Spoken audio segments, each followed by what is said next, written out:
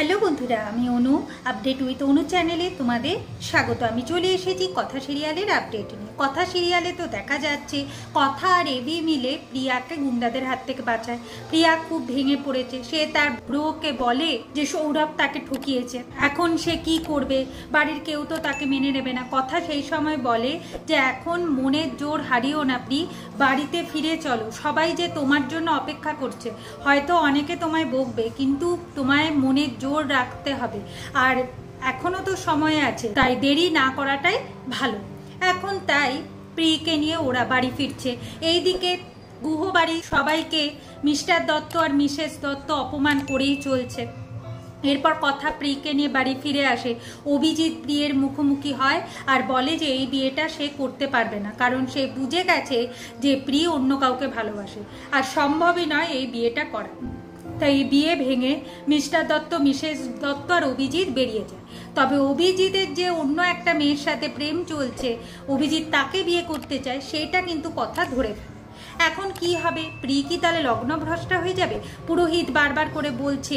এইদিকে শশীভূষণ গুহর শরীর খারাপ হয়ে পড়ে চিন্তায় চিন্তায়, বলে কিনা আমার মান সম্মান নষ্ট হয়ে গেল। কিন্তু যতই আমার নাতনি আমার মান সম্মান নষ্ট করুক, তার তো একটা ব্যবস্থা করতে হবে। সারা জীবন কি লগ্নভ্রষ্টা হয়ে থাকবে?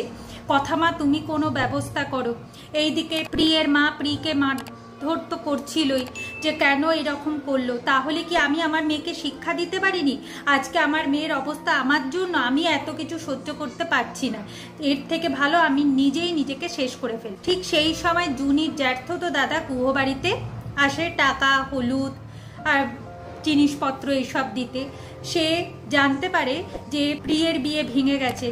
তখন সে বোঝে যে যে টাইমে প্রি পালাচ্ছিল, তখন যদি বাধা দিতাম তাহলে আজকে এই অবস্থাটা গুহ বাড়িতে দেখতে হতো না। তবে তার সাথে যে প্রিয়ের গায়ে হলুদটা হয়ে গেছে সেটা তো আমরা আগেই দেখে ফেলেছি। এখন একটাই উপায়, সে যদি এখন প্রিকে বিয়ে করে তাহলে প্রি এই লগ্নভ্রষ্টার হাত থেকে মুক্তি পাবে আর গুহবাড়ির মান সম্মানটাও বজায় থাকবে।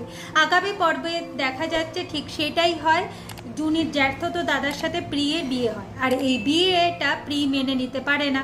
সে এভির কাছে এসে গোবর দেবীর নামে নালিশ করে।